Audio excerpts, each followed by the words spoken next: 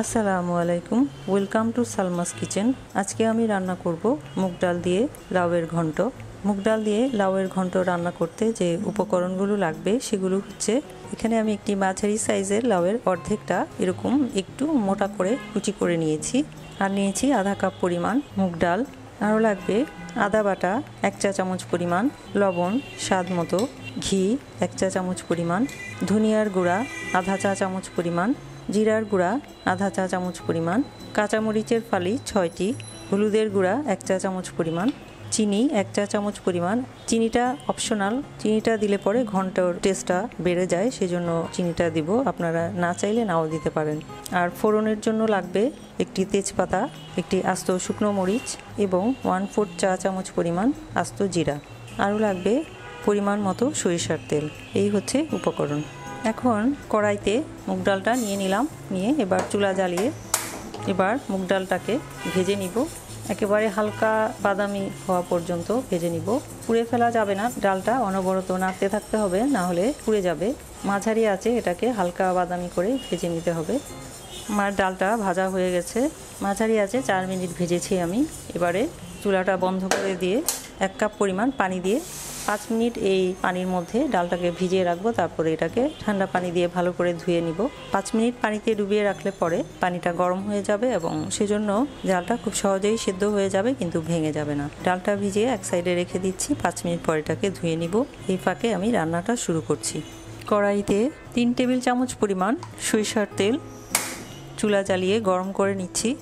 সরিষার তেল গরম হয়ে গেলে ফোড়নটা দিয়ে দিব তেজপাতা 2 টুকরো করে, শুকনো মরিচ 2 টুকরো করে এবং আস্ত জিরে। 30 সেকেন্ড ভেজে মরিচের কালারটা একটু চেঞ্জ হয়ে গেলে ফোড়ন হয়ে যাবে।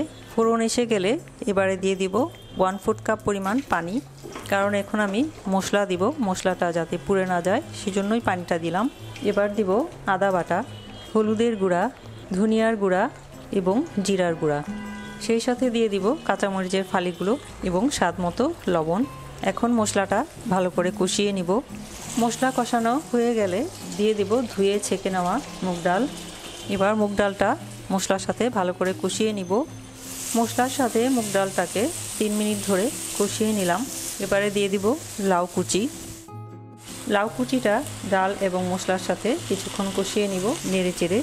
লাউ কুচিটা ডাল এবং মশলার সাথে 3 মিনিট ধরে কষিয়ে নিলাম ভালোভাবে।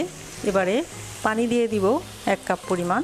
1 কাপ পরিমাণই দিচ্ছি আমি প্রথমে, কারণ লাউ থেকেও পানি বের হবে। এই পানিতে যদি লাউ এবং ডালটা সেদ্ধ না হয় তাহলে আরও পানি অ্যাড করা লাগতে পারে। এবার চুলার আঁচটা মাঝারি করে ঢাকনা দিয়ে দিলাম। ঢাকনা দিয়ে এখন রান্না করব 5 মিনিট। ফিরে আসছি 5 মিনিট পর। ফিরে এলাম 5 মিনিট পর, ঢাকনা তুলছি। লাউ থেকেও অনেক পানি বের হয়েছে, একটু নেড়ে চেড়ে দিলাম। এবার দেখে নিচ্ছি লাউ এবং ডাল সেদ্ধ হয়েছে কিনা। লাউটা এখনও পুরো সেদ্ধ হয়নি এবং ডালটাও কিছুটা বাকি আছে সেদ্ধ হতে। ডালটা একেবারে সেদ্ধ হয়ে গলে যাবে না, আস্তে আস্তে থাকবে, কিন্তু ভালোভাবে সেদ্ধ হবে। এ পর্যায়ে আমি আবার ঢাকনা দিয়ে দিলাম। ঢাকনা দিয়ে আবারও রান্না করব 5 মিনিট। এর মাঝে দুবার ঢাকনা তুলে নেড়ে দিব। ফিরে আসছি 5 মিনিট পর। ফিরে এলাম 5 মিনিট পর, ঢাকনা তুলছি। পানিটা প্রায় শুকিয়ে গেছে। এ পর্যায়ে লবণটা একটু চেক করে নিব। আর একটু লবণ লাগবে, আমি আধা চা চামচ পরিমাণ লবণ দিয়ে দিলাম। সেই সাথে দিয়ে দিব চিনি। চিনিটা অপশনাল, আপনারা না চাইলে চিনিটা না দিলেও পারেন। চিনিটা দিলে ঘন্টের টেস্টটা একটু ভালো হয়, সেই জন্য দেওয়া। এবং সেই সাথে দিব 1 চা চামচ পরিমাণ খাঁটি ঘি। নেড়ে দিব। নেড়ে দিয়ে ঢাকনা দিয়ে দিব 2 মিনিটের জন্য। ফিরে আসছি 2 মিনিট পর। ফিরে এলাম 2 মিনিট পর, ঢাকনা তুলছি। কিছুক্ষণ একটু নেড়ে চেড়ে নিব। ঘন্টটা একটু মাখা মাখা হবে, পানিটা শুকিয়ে একেবারে মাখা মাখা হয়ে যাবে, তখনই ঘন্ট তৈরি। আমার লাউয়ের ঘন্ট তৈরি। চুলা বন্ধ করে দিলাম। এবারে সার্ভ করছি। তৈরি হয়ে গেল মুগ ডাল দিয়ে লাউয়ের ঘন্ট। এভাবে মুগ ডাল দিয়ে লাউয়ের ঘন্ট গরম গরম ভাত, রুটি, পরোটা এবং লুচির সাথে খেতে অনেক অনেক ভালো লাগে। আশা করছি আপনারা এভাবে মুগ ডাল দিয়ে লাউয়ের ঘন্ট রান্না করে খেয়ে দেখবেন। আশা করছি অনেক অনেক ভালো লাগবে। ভিডিওটি দেখার জন্য এবং এতক্ষণ সাথে থাকার জন্য অসংখ্য ধন্যবাদ। আশা করি ভিডিওটি আপনাদের কাছে ভালো লেগেছে। ভালো লাগলে ফ্রেন্ডস এন্ড ফ্যামিলির সাথে শেয়ার করার অনুরোধ থাকলো এবং লাইক সাবস্ক্রাইব করার অনুরোধ থাকলো।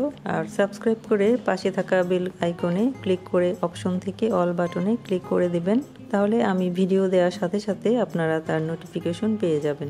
সবাই অনেক অনেক ভালো থাকবেন, আমার জন্য দোয়া করবেন। আল্লাহ হাফেজ।